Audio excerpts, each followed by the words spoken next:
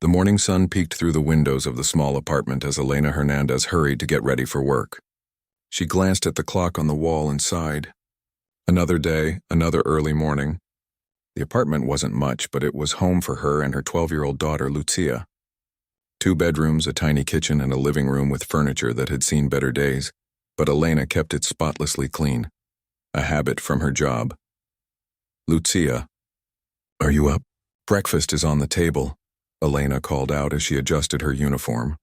A simple gray dress with the Grand Plaza Hotel logo stitched on the pocket. She had ironed it the night before, making sure every wrinkle was gone. Appearance mattered at a 5-star hotel like the Grand Plaza. Elena had been working as a maid there for 7 years now. 7 years of early mornings, aching feet, and cleaning up after people who rarely noticed her. But the job paid the bills, provided health insurance, and gave her daughter a chance at a better life than she'd had. That's what kept her going. Lucia appeared in the doorway, rubbing sleep from her eyes, her dark hair a tangled mess. "Morning, Mom," she mumbled, shuffling to the small kitchen table where a bowl of oatmeal and sliced bananas waited. "Eat up, honey. We need to leave in 20 minutes, Elena said, pouring coffee into her travel mug. "Remember, you're coming to the hotel after school today." "I couldn't get anyone to switch shifts with me." Lucia nodded, spooning oatmeal into her mouth. "It's okay. I can do homework in the lobby. Mr. Reynolds said it was fine last time." Mr. Reynolds was the hotel manager, a kind man who understood Elena's situation. After her husband Carlos died 3 years ago, a construction accident that left them with little more than memories and mounting bills, Elena had struggled to find affordable childcare. On days when Lucia's usual after-school program was closed, Mr. Reynolds allowed her to wait in the hotel lobby until Elena's shift ended. "Just make sure you stay quiet and don't bother the guests," Elena reminded her daughter, the same words she said every time. "And if Mr. Morton is at the front desk, try to sit somewhere he won't notice you." Bradley Morton was the head clerk at the front desk, a man who seemed to live for rules and regulations. He didn't approve of staff bringing family members to work, even if they were just sitting quietly in the lobby. He'd complained to Mr. Reynolds more than once, but thankfully the manager had stood firm. "I know. Mom, I'll be invisible," Lucia promised, finishing her breakfast and rushing to get dressed. 20 minutes later, they were walking to the bus stop, the morning air still cool. Elena's shift started at 7:30, and Lucia needed to catch the school bus by 7:15. Their morning routine was timed to the minute. No room for delays or unexpected problems. "Did you finish your history project?" Elena asked as they walked, her work shoes already pinching her toes. She'd need to buy new ones soon, but that would have to wait until next payday. "Almost. I just need to add some pictures," Lucia replied, adjusting her backpack. "Ms. Chen said my research was really good." Elena smiled, a flush of pride warming her face. "That's my smart girl. You get that from your father, you know. He was always reading, always curious about everything." The mention of Carlos made Lucia smile. She didn't talk about her dad much anymore, but Elena made sure to keep his memory alive. He'd been so excited when Lucia was born, had such big dreams for his daughter, dreams Elena was determined to keep alive no matter how hard she had to work. They reached the bus stop just as Lucia's school bus appeared around the corner. "Have a good day, honey. I'll see you at the hotel around 3:30, Elena said, giving her daughter a quick hug. "Bye, Mom. Don't work too hard," Lucia replied, the same thing she said every morning, a phrase she'd picked up from her father. As the school bus pulled away, Elena caught the city bus heading downtown to the Grand Plaza Hotel. The commute gave her 30 minutes to prepare mentally for the day ahead. 15 rooms to clean, possibly more if they were short-staffed again, beds to make, bathrooms to scrub, floors to vacuum, all while being as invisible as possible to the hotel guests. The Grand Plaza stood tall and imposing in the heart of downtown, its glass and steel exterior gleaming in the morning light. For the wealthy guests who stayed there, it was luxury and comfort. For Elena, it was where she spent more waking hours than in her own home. She entered through the employee entrance, clocking in exactly at 7:25. 5 minutes to stow her purse in her locker, put on her work apron, and collect her cleaning cart. "Morning." "Elena!" Rosa called from her locker. At 62, Rosa was the oldest of the housekeeping staff and had taken Elena under her wing when she first started. "Ready for another day in paradise?" Elena laughed, always. "Are we short again today?" Isn't that always the case? Danny called in sick. Mr. Phillips asked if you could take her rooms on the 10th floor along with yours. Ellen sighed but nodded. More rooms meant more work, but it also meant overtime pay, and she could use the extra money. No problem. How's your grandson doing? Rosa's face lit up. Getting so big. Started walking last week. Here, I have a video. She pulled out her phone, showing Elena a clip of a chubby toddler taking wobbly steps across a living room floor. These small moments with her co-workers helped make the long days bearable. They understood each other's struggles, shared the same aches and frustrations. There was a camaraderie among the housekeeping staff that Elena treasured. The morning briefing was quick, a rundown of VIP guests, special requests, and rooms that needed priority cleaning. Then they were off, pushing their carts to their assigned floors. Elena's day fell into its familiar rhythm. Strip beds, replace linens, dust surfaces, vacuum floors, scrub bathrooms. Room after room, hour after hour. She worked efficiently, years of practice making her movements almost automatic. Sometimes she'd find small treasures left behind. A book, a scarf, once even a pair of expensive earrings that she'd immediately turned into lost and found. The guest had been so grateful they'd left her a $50 tip, but mostly she found messes. Wet towels on bathroom floors, half-eaten room service meals, beds that looked like a hurricane had hit them. The worst were the business travelers, mostly men who seemed to think that because they were paying for the room, they didn't need to show any consideration for the person who would clean up after them. During her lunch break, Elena sat in the small employee break room, eating the sandwich she'd packed and resting her feet. She checked her phone, finding a text from Lucia. Got an A on my math test. See you after school. These little messages always brightened Elena's day. Her daughter was doing well in school, excelling in ways Elena had never had the chance to. Lucia was especially good at music and math, two subjects that had always been mysteries to Elena. Carlos had been the one with musical talent in the family. He used to play guitar and sing for Lucia when she was little. After lunch, Elena tackled the 10th floor rooms. One was particularly messy, with towels strewn everywhere, and what looked like an entire bottle of shampoo spilled in the bathtub. As she cleaned, she hummed to herself, a habit that helped pass the time. Excuse me, are you almost finished? Elena turned to find a woman standing in the doorway, keycard in hand. She hadn't heard the door open over the sound of the vacuum. I'm so sorry, ma'am. I'll be done in just a few minutes, Elena said, quickly turning off the vacuum. The woman waved her hand dismissively. Take your time. I just wanted to grab something. She walked to the closet, pulled out a designer handbag, and left without another word or glance at Elena. This was the normal interaction, brief, impersonal. Elena was part of the hotel machinery, expected to do her job without being noticed. Most days she was fine with that. It was easier than making small talk with people who saw her as nothing more than the person who made their bed. By 3 o'clock, Elena's back was aching and her feet felt like they were on fire. But she had finished all her assigned rooms plus 3 from Danny's list. She still had 2 more to go when her phone buzzed with a text from Lucia. At the hotel now. Sitting in the lobby, Elena texted back quickly. Be done in about an hour. Stay put. She worked faster on the last 2 rooms, wanting to finish her shift on time. As she was putting fresh towels in the bathroom of the final room, she heard Mr. Phillips, the housekeeping supervisor, calling her name from the hallway. Elena? You in there? Yes, Mr. Phillips, almost done, she replied, stepping out of the bathroom. He stood in the doorway, clipboard in hand. Good work today, taking on the extra rooms. Listen, there's been a spill in the Magnolia Ballroom. Some kid knocked over a punch bowl during that Sweet 16 party. Can you head down there and help clean it up? Should only take about 20 minutes. Elena wanted to say no. Lucia was waiting and she'd already worked extra today. But saying no wasn't really an option if she wanted to keep her job. Of course. Mr. Phillips, I'll head there right now, she said, hiding her frustration. As she wheeled her cart toward the service elevator, Elena reminded herself why she did this. For Lucia, for the future they were building together, for the opportunities her daughter would have that she never did. The life they had wasn't easy, but it was honest. And at the end of each long day, when she finally got home and could kick off her shoes, hug her daughter, and hear about her day at school, Elena knew it was all worth it. Every aching muscle, every early morning, every extra task she took on without complaint. What she didn't know was that today, this ordinary Tuesday that had started like any other, would end up changing everything.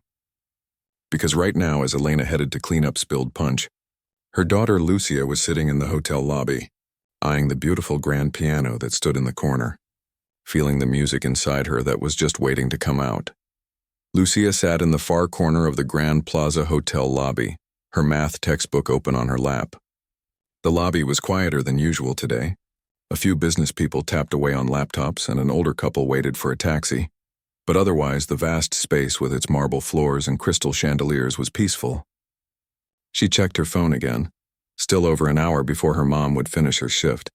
The hotel lobby had become a familiar place to Lucia over the past few years. She knew which chairs were the most comfortable, which spots caught the air conditioning too directly, and which hotel staff would smile at her versus those who would frown at a child taking up space in their fancy lobby. Mr. Reynolds, the hotel manager, nodded to her as he crossed the lobby with a group of well-dressed people. He was always nice, even sneaking her cookies from the executive lounge sometimes. His kindness made up for people like Mr. Morton, the front desk clerk who watched her like she might steal something if he blinked. Lucia tried to focus on her math homework, but her attention kept drifting to the grand piano that stood in the corner of the lobby.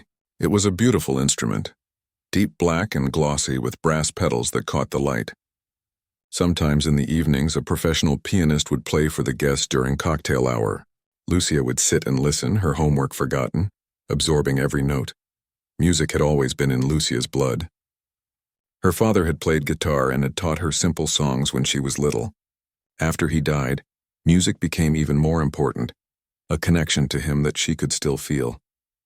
When her elementary school offered music classes, she had jumped at the chance, quickly showing an aptitude that surprised her teachers. Ms. Wong, her current music teacher, had been especially encouraging.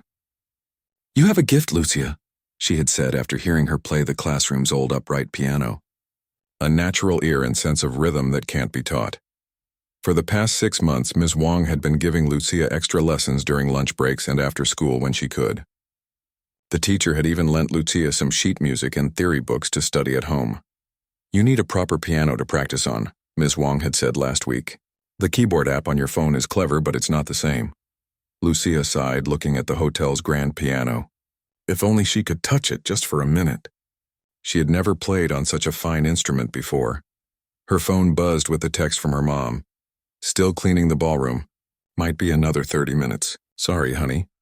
Lucia texted back a quick no problem and looked around the lobby again. The business people had left. The elderly couple was now outside waiting for their taxi. Even Mr. Morton had stepped away from the front desk, talking to a bellhop by the entrance. The piano seemed to call to her. Just a quick look, she thought. "I won't even play it. Just want to see what the keys feel like." Before she could change her mind, Lucia closed her textbook, stuffed it in her backpack, and walked casually toward the piano. Her heart hammered in her chest as she approached the instrument. Up close, it was even more beautiful, the craftsmanship evident in every curve and detail. She gently ran her fingers over the fallboard that covered the keys. A small brass plaque caught her eye. Steinway & Sons Model D. She'd read about Steinway pianos in one of Ms. Wong's books. They were among the finest in the world. Glancing around to make sure no one was watching, Lucia carefully lifted the fallboard. The keys gleamed before her, perfect ivory and ebony inviting her touch. She placed her fingers lightly on the keys without pressing down, just feeling their cool smoothness. Would it really hurt to play just one note? She whispered to herself. She pressed a single key, middle C, as gently as possible. The tone was rich and perfect, hanging in the air like something alive. Nothing like the tinny sound from the school piano or the electronic keyboard app on her phone. This was real music. Before she knew what she was doing, Lucia slid onto the bench and placed both hands on the keys. She began to play a simple melody she had been practicing with Ms. Wong, a beginner's version of Beethoven's Für Elise. Her fingers moved tentatively at first, then with growing confidence as the beautiful notes filled the lobby. The sound was so much richer, so much more alive than anything she had played before. It was like finally speaking a language she had only been able to whisper until now. She closed her eyes, letting the music flow through her. When she finished the short piece, a voice behind her made her jump. That was lovely. Lucia spun around to find an older woman in an elegant blue dress watching her. She immediately stood up, closing the piano lid with shaking hands. "I'm sorry. I know I shouldn't have touched it." "Please don't tell anyone," Lucia said, backing away from the piano. The woman smiled kindly. "Don't be frightened, dear. I was enjoying your playing. Are you taking lessons?" "Sort of. My music teacher at school helps me during lunch sometimes," Lucia explained, still nervous about being caught. "You have a natural touch," the woman said. "How long have you been playing?" "About a year, but mostly on the school piano. It's not as nice as this one." The woman nodded, studying Lucia with interest. "Would you play something else for me?" Lucia hesitated, glancing toward the front desk. Mr. Morton still wasn't back. "I don't know if I should." "Just one more piece," the woman encouraged. "I'm a retired music teacher myself. I'd love to hear more." Something about the woman's gentle manner made Lucia feel safe. She sat back down at the piano and thought for a moment. She'd been working on a more difficult piece with Ms. Wong, Chopin's Nocturne in E-flat major. She'd only learned the first part, and she wasn't sure she could remember it all. But she wanted to try. Taking a deep breath, Lucia began to play. The Nocturne was challenging, with its flowing left-hand arpeggios and delicate right-hand melody. She made a few mistakes, her fingers stumbling over the more difficult passages, but the essence of the piece came through. When she finished, the woman's eyes were wide with surprise. "My dear, that was extraordinary for someone your age who's only had a year of informal lessons. You have a rare gift," Lucia blushed, unused to such praise. "Thank you. My dad used to play guitar. My mom says I got it from him." "Your father must have been very talented," the woman said. "Is he a professional musician?" "He passed away 3 years ago," Lucia said quietly. "But he loved music. He used to sing me to sleep every night." The woman's expression softened with sympathy. "I'm sorry to hear that. Music can be a wonderful way to keep someone's memory alive." She paused, then asked, "Do you live nearby? Do you have a piano at home to practice on?" Lucia shook her head. "We live in an apartment. It's small and pianos are expensive. My mom works really hard just to pay our bills." She didn't mention that her mother was actually working in this very hotel, cleaning rooms upstairs. Something told her not to share that detail. "That's a shame," the woman said. "Talent like yours should be nurtured." Just then, Lucia noticed Mr. Morton returning to the front desk. She quickly stood up. "I should go back to my seat. Thank you for listening to me play." The woman nodded understandingly. "Of course. What's your name, dear?" "Lucia. Lucia Hernandez." "It was a pleasure to meet you, Lucia. I'm Dr. Kathleen Foster. I taught at the Westridge School of Music for 30 years before retiring." She reached into her purse and pulled out a business card. "If you're ever interested in more formal lessons, please have your mother call me. I still teach a few select students privately." Lucia took the card, her eyes wide. "Thank you, Dr. Foster, that's very kind." "Not kindness, Lucia. Recognition of genuine talent. Now, you'd better go before that stern-looking gentleman at the desk notices you." Lucia hurried back to her corner seat, the business card clutched tightly in her hand. Her heart was racing with excitement. A real music teacher had liked her playing, had even offered her lessons. She couldn't wait to tell her mother. For the next half hour, Lucia tried to focus on her homework, but her mind kept returning to the piano and Dr. Foster's kind words. She imagined herself playing on a real stage someday, with her mother watching proudly from the audience. The dream seemed impossible. They couldn't afford a piano, let alone private lessons with someone like Dr. Foster. But for the first time, it felt like maybe, just maybe, it wasn't completely out of reach. When her mother finally texted that she was done with her shift, Lucia packed up her things and waited by the staff entrance. She debated whether to tell her mom about Dr. Foster and the piano. Her mother worked so hard, and Lucia didn't want to add another worry or expense to her already heavy load. But the moment Elena appeared, tired but smiling, Lucia couldn't contain her excitement. "Mom, the most amazing thing happened." She burst out as they began walking to the bus stop. "I played the piano in the lobby, and a music teacher heard me, and she said I have talent, and she gave me her card for lessons." Elena stopped walking, her expression a mix of concern and confusion. "You did what?" "Lucia, I've told you not to touch things in the hotel. You could get in trouble. I could get in trouble." "I know, I'm sorry," Lucia said, her excitement dimming at her mother's reaction. But no one minded. This lady, Dr. Foster, she was really nice. She used to teach at a music school. Elena sighed, the lines of exhaustion deep on her face. Lucia, you know we can't afford music lessons. And even if this woman is legitimate, private teachers cost a lot of money. But she said I have talent, Lucia insisted, her voice small. Real talent. Seeing her daughter's crestfallen expression, Elena softened. She put an arm around Lucia's shoulders as they continued walking. I know you do, honey. I hear you playing on that app on your phone. You're amazing. But right now we need to be practical. School comes first, okay? Lucia nodded, but inside a small flame had been lit. Dr. Foster had recognized something in her playing. Something special. And somehow, someway, she was going to find a way to keep that flame alive. What Lucia didn't know was that the next day would bring another opportunity to play the hotel piano, one that would change her life forever. And this time, not everyone would be as appreciative of her talent as Dr. Foster had been. The next day dragged on endlessly for Lucia. She couldn't focus in class, her mind constantly wandering back to the Grand Plaza Hotel's magnificent piano and Dr. Foster's kind words. During lunch, she showed Ms. Wong the business card. Dr. Kathleen Foster? Ms. Wong's eyes widened. Lucia. She's one of the most respected piano teachers in the city. She rarely takes on new students these days. She said I have talent, Lucia said, pride warming her voice. Real talent, Ms. Wong smiled. I've been telling you that for months. It's about time someone else noticed. She hesitated before adding, have you talked to your mother about lessons? Lucia's excitement dimmed. She says we can't afford it. I understand, Ms. Wong said gently. But don't give up. Sometimes opportunities come from unexpected places. Those words echoed in Lucia's mind throughout the afternoon. By the time the final bell rang, she had made a decision. She needed to play that piano again. Maybe if her mother actually heard her play, really play, she would understand why it mattered so much. Today was Thursday, Elena's late shift. She wouldn't finish until 6:30, which meant Lucia would have plenty of time in the hotel lobby.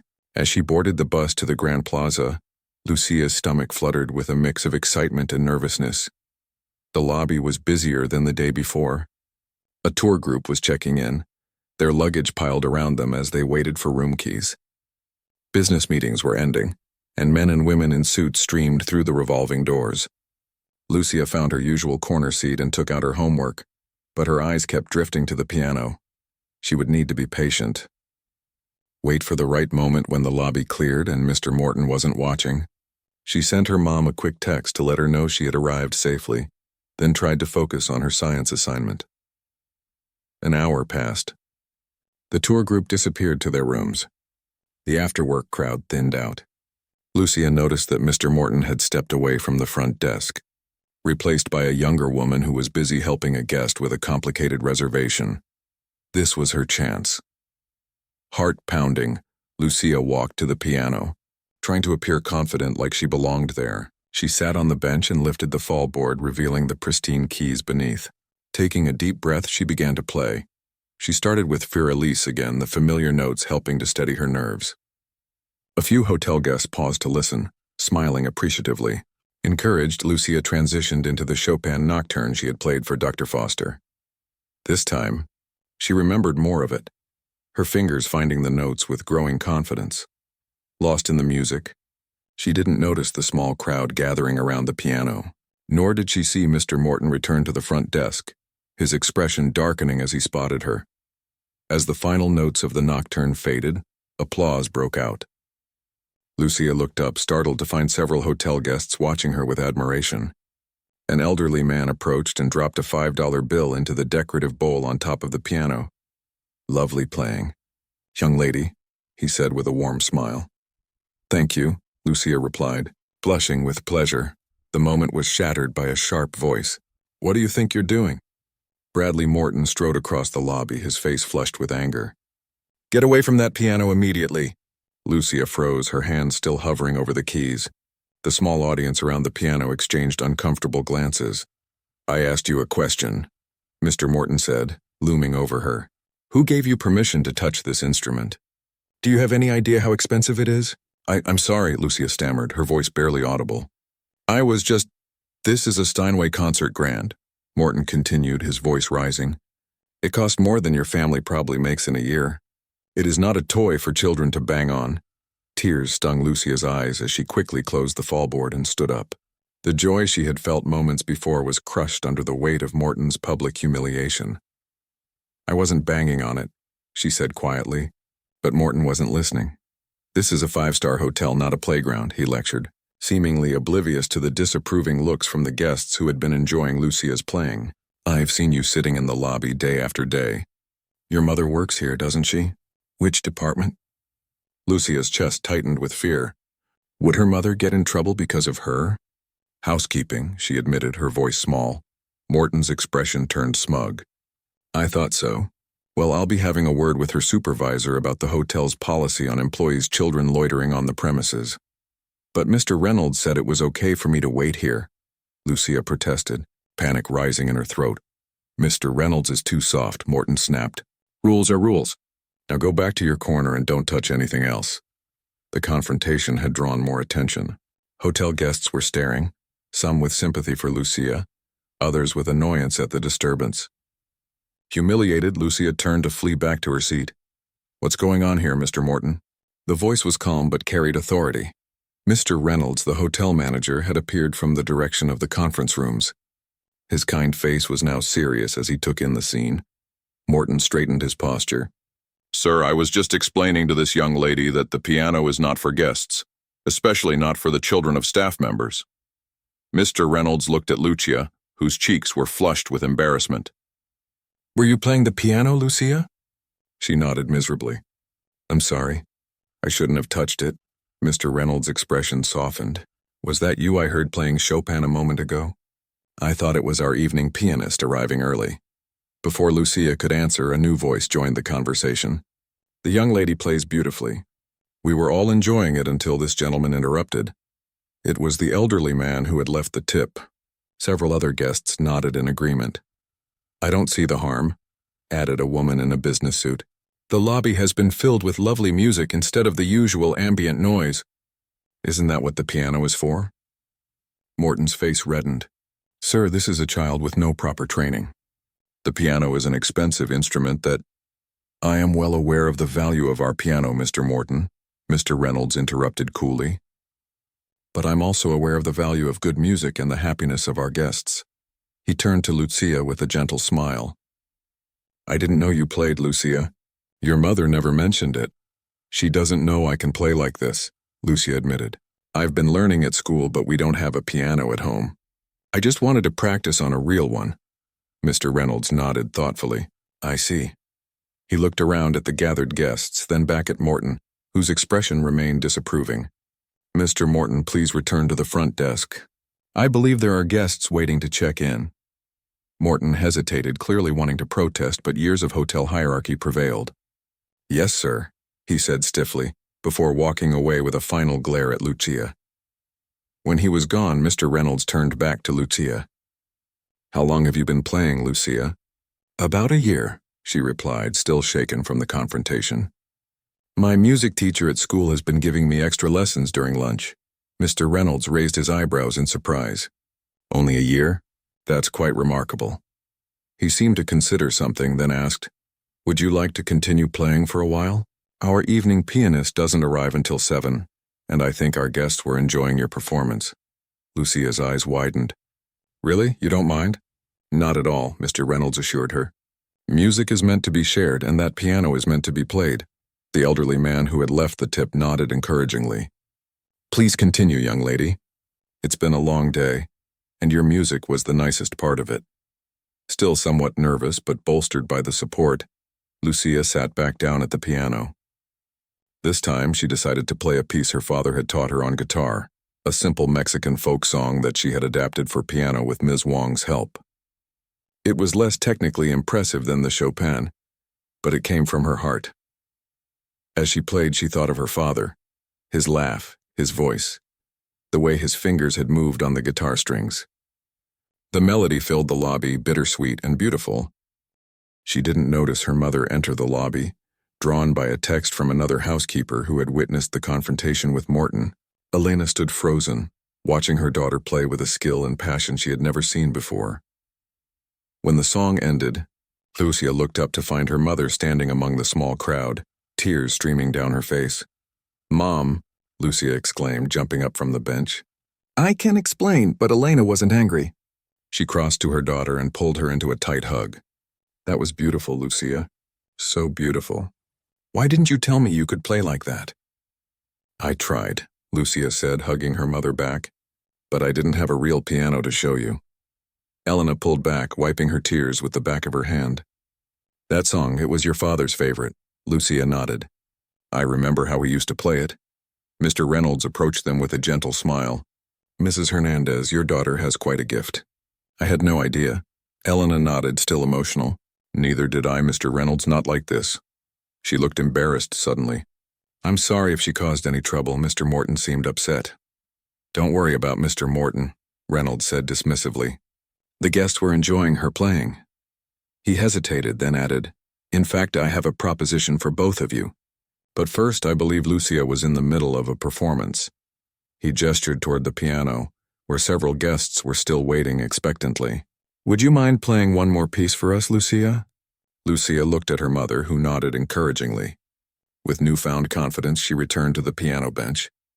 As she positioned her fingers over the keys, she felt a strange sense of calm. The confrontation with Mr. Morton had been terrifying, but somehow it had led to this moment, playing with her mother's blessing with an appreciative audience, and with Mr. Reynolds' mysterious proposition waiting. Little did she know that among the new guests entering the lobby was someone whose presence would change her life forever. For her final piece, Lucia chose something special, a song she had been working on with Ms. Wong for months but had never played perfectly. Chopin's Nocturne in E-flat major, the complete version. It was ambitious, perhaps too ambitious, but something inside her felt ready. As her fingers touched the keys, a hush fell over the small crowd that had gathered. The first notes rose into the air, delicate and hesitant, like raindrops at the beginning of a storm. Lucia closed her eyes, letting the music flow through her. She forgot about Mr. Morton's angry face, forgot about her mother watching, forgot about everything except the melody unfolding beneath her fingertips. The piece grew more complex, her left hand creating a gentle current of arpeggios, while her right hand carried the haunting melody. There were moments when she faltered slightly, her fingers not quite keeping up with her intentions, but she pressed on, each phrase more confident than the last. Elena watched her daughter in amazement. Where had this come from? This wasn't just a child plinking out simple tunes. This was real music, played with feeling and understanding. Her little girl, who had always hummed and sang around the house, had somehow transformed into an artist before her eyes. As Lucia played, more hotel guests stopped to listen. Business travelers paused with suitcases in hand. Hotel staff members found reasons to linger in the lobby. Even Mr. Morton, still at the front desk, couldn't help glancing over occasionally, his frown slowly softening into something like surprise.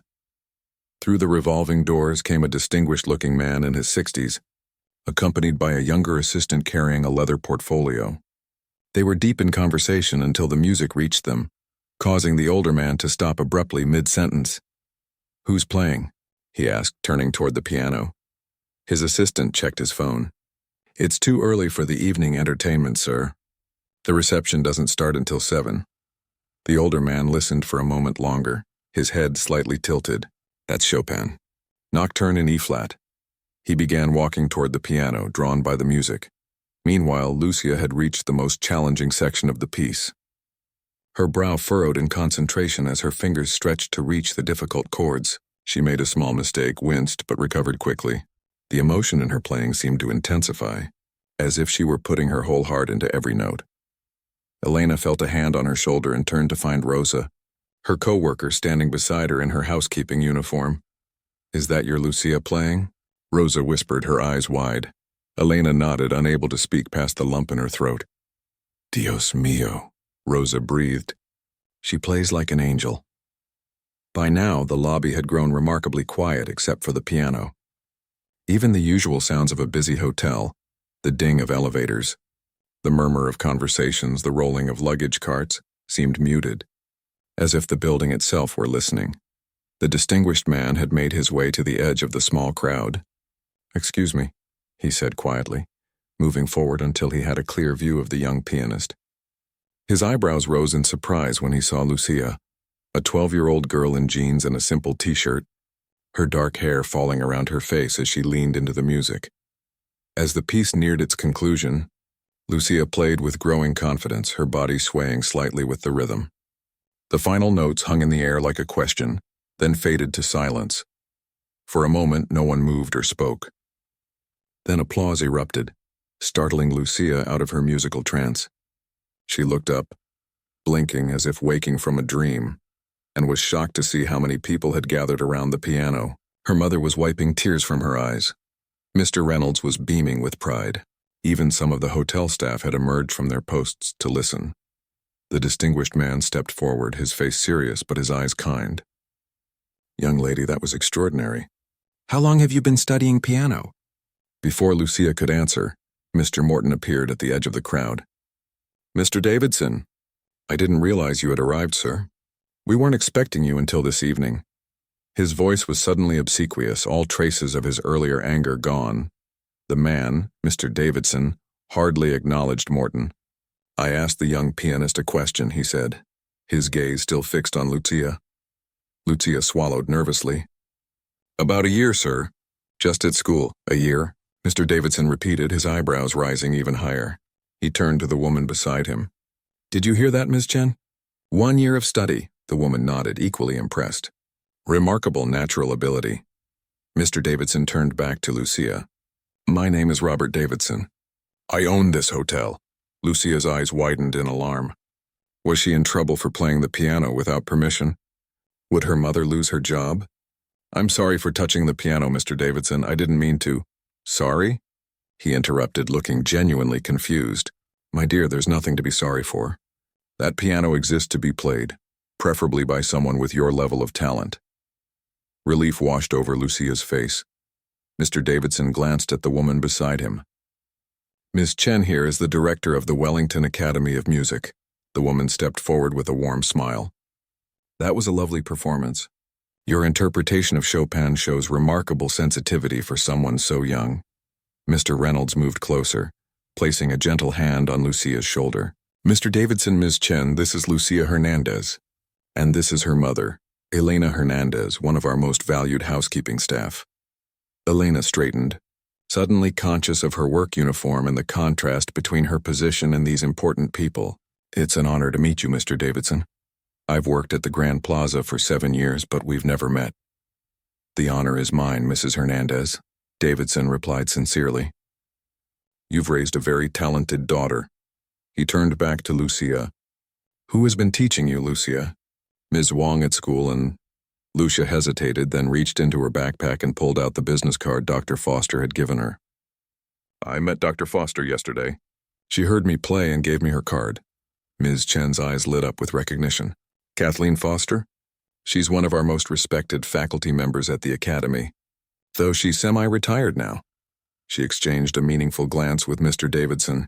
Mr. Davidson nodded, as if some unspoken communication had passed between them. "Mrs. Hernandez, could we speak privately for a moment? Perhaps in Mr. Reynolds' office?" Elena looked uncertain, glancing at her work uniform. "I'm still on duty, sir." "I'll clear it with housekeeping," Mr. Reynolds assured her. "This is important." While the adults talked in hushed tones, arranging to meet in the manager's office, Lucia remained at the piano, her fingers resting lightly on the keys. The crowd had begun to disperse, returning to their previous activities, but many people smiled at her or nodded appreciatively as they passed. A soft voice beside her made her turn. "You play beautifully." It was an older girl, perhaps 16 or 17, with a violin case slung over her shoulder. "Thank you," Lucia replied shyly. "I'm Vanessa. I'm supposed to perform at the reception tonight with the other music scholars." She nodded toward the violin case.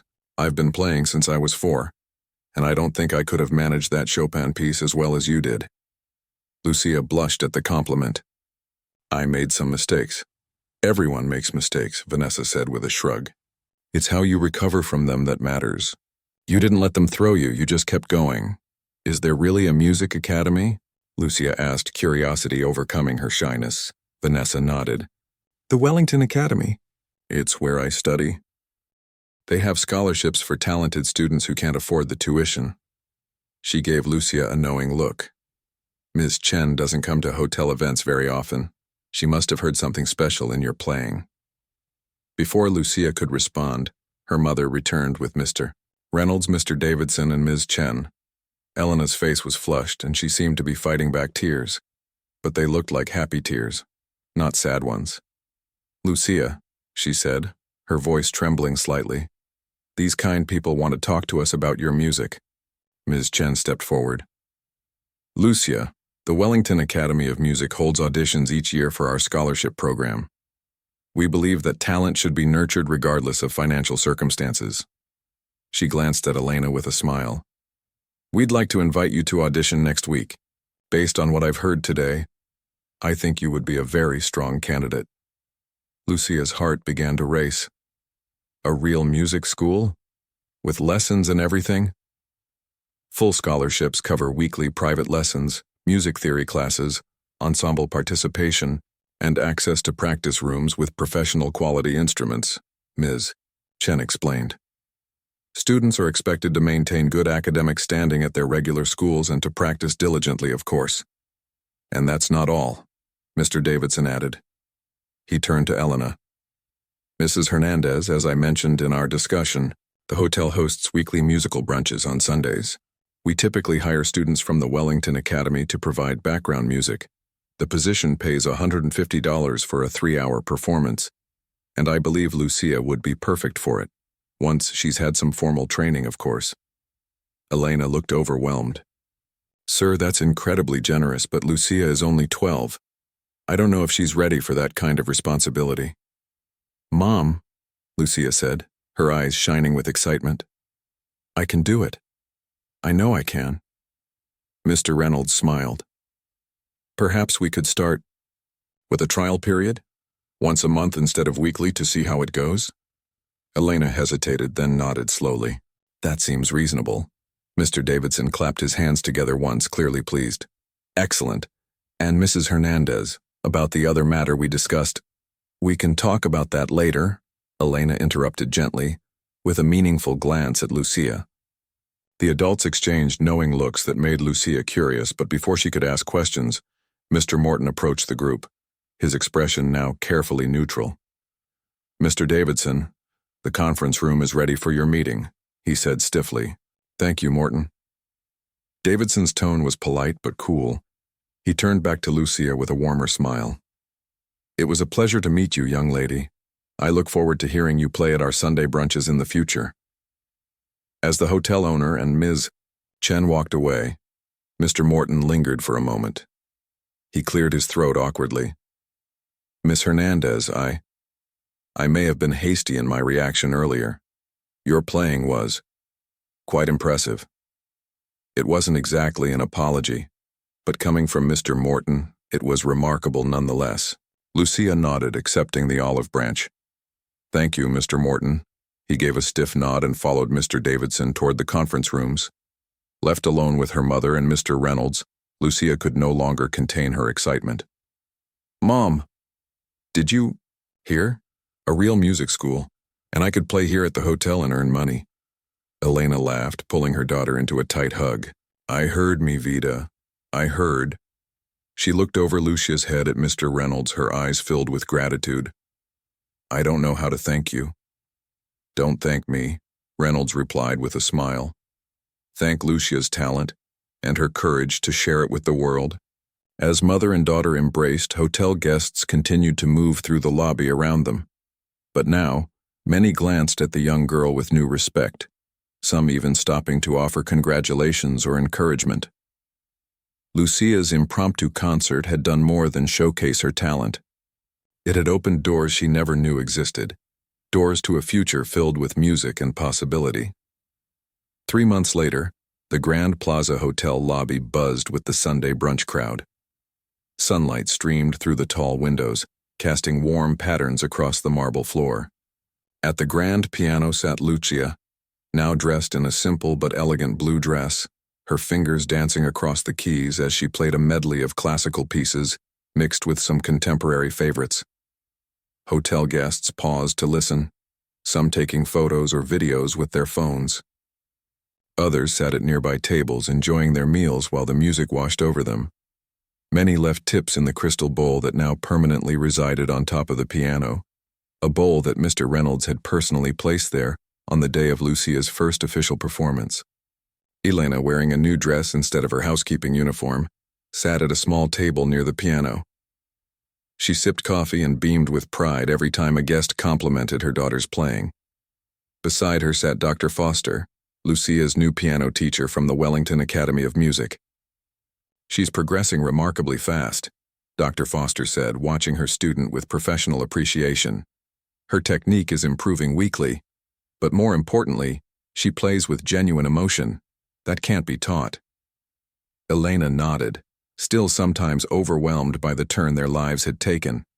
"She practices every day on the keyboard Mr. Davidson gave us.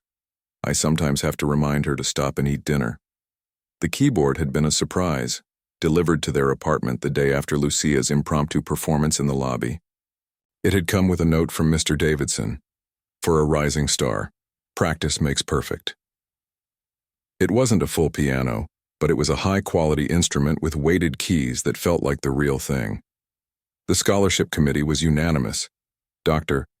Foster continued, "In all my years at Wellington, I've rarely seen such consensus about a new student." Elena smiled, remembering how nervous they had both been at the audition.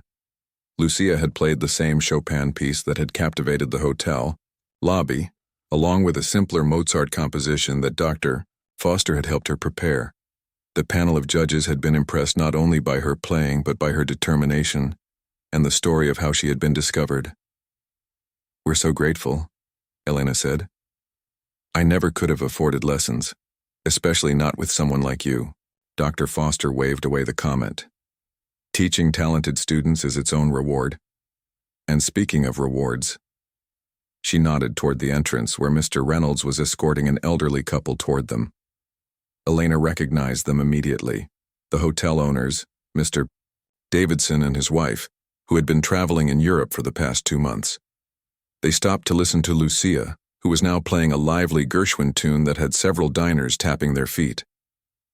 When the piece ended, applause rippled through the lobby. Lucia looked up and spotted the Davidsons. Her face lit up with a smile as she seamlessly transitioned into Debussy's Clair de Lune, which she knew was Mrs. Davidson's favorite. The elderly woman placed a hand over her heart, visibly touched by the gesture. She remembered, Mrs. Davidson said to her husband. From one conversation months ago, she remembered. Mr. Davidson nodded, clearly impressed. He waited until Lucia finished the piece before approaching the piano. "Miss Hernandez," he said formally, though his eyes twinkled with grandfatherly affection, "your playing continues to enhance our guests' experience. The Sunday brunches have never been so well attended." Lucia blushed at the praise. "Thank you, Mr. Davidson, I'm really enjoying it. And how are your studies at Wellington progressing?" "Very well, sir. Dr. Foster says I might be ready for my first recital next month." "Excellent. Mrs. Davidson and I would be honored to attend." He glanced over at Elena. "And how are you finding your new position, Mrs. Hernandez?" Elena smiled. This was the other matter that had been discussed in Mr. Reynolds' office 3 odd months ago. A promotion that had changed her life almost as much as the music scholarship had changed Lucia's. "I'm enjoying it very much, sir. The front desk is a completely different world from housekeeping, but Mr. Reynolds has been a patient trainer." The promotion to assistant front desk manager had come with not only a significant pay increase, but also regular daytime hours that allowed Elena to be home in the evenings with Lucia. The transition hadn't been easy. There was so much to learn about the hotel's reservation systems, guest relations, and management protocols. But Elena had tackled the challenge with the same work ethic that had made her an excellent housekeeper. "Any complaints?" Mr. Davidson asked with a knowing look. Elena understood what he was really asking. "Mr. Morton has been helpful," she said diplomatically. The truth was more complicated. Bradley Morton had initially resented Elena's promotion, seeing it as charity rather than merit-based. But over time, her competence and determination had earned his grudging respect.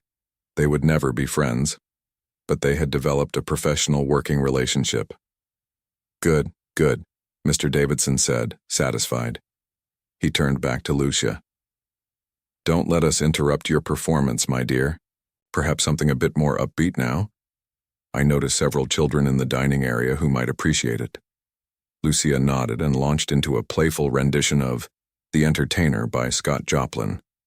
The ragtime piece immediately caught the attention of the younger guests, including a small boy who ran up to watch her fingers with fascinated attention. As the Davidsons joined Elena and Dr. Foster at their table, Rosa appeared with a fresh pot of coffee. Though still in her housekeeping uniform, she now supervised the entire floor, a promotion she had received partly due to Elena's recommendation. Mrs. Davidson, welcome back, Rosa said warmly, pouring coffee for the hotel owners. We missed you. Thank you, Rosa. Europe was lovely, but it's good to be home. Mrs. Davidson turned to Elena. Your daughter is becoming quite the celebrity in the hotel. I understand guests are now specifically requesting rooms with a view of the lobby during Sunday brunch hours. Elena laughed. Lucia can hardly believe it herself. Last week, a guest asked for her autograph. As they chatted, a familiar face appeared at the edge of the lobby. Mr. Morton, immaculately dressed as always, was giving instructions to a new bellhop. His gaze drifted toward the piano, and for a moment he watched Lucia play. 3 months ago, he had scolded her harshly for touching that piano. Now she was the hotel's star attraction on Sunday mornings. Life had a strange way of coming full circle. Noticing Elena watching him, Morton gave a stiff nod of acknowledgement before continuing with his duties. It wasn't exactly friendship, but it was progress. Mom, Rosa said quietly, leaning close to Elena. Have you told Lucia about the apartment yet? Elena shook her head. I'm waiting for the paperwork to be finalized. I don't want to get her hopes up. With her increased salary and Lucia's earnings from the Sunday performances, Elena had been able to apply for a 2-bedroom apartment in a better neighborhood, closer to both the hotel and Wellington Academy. The building had a community room with an upright piano that residents could use, a detail that had sealed Elena's decision to apply.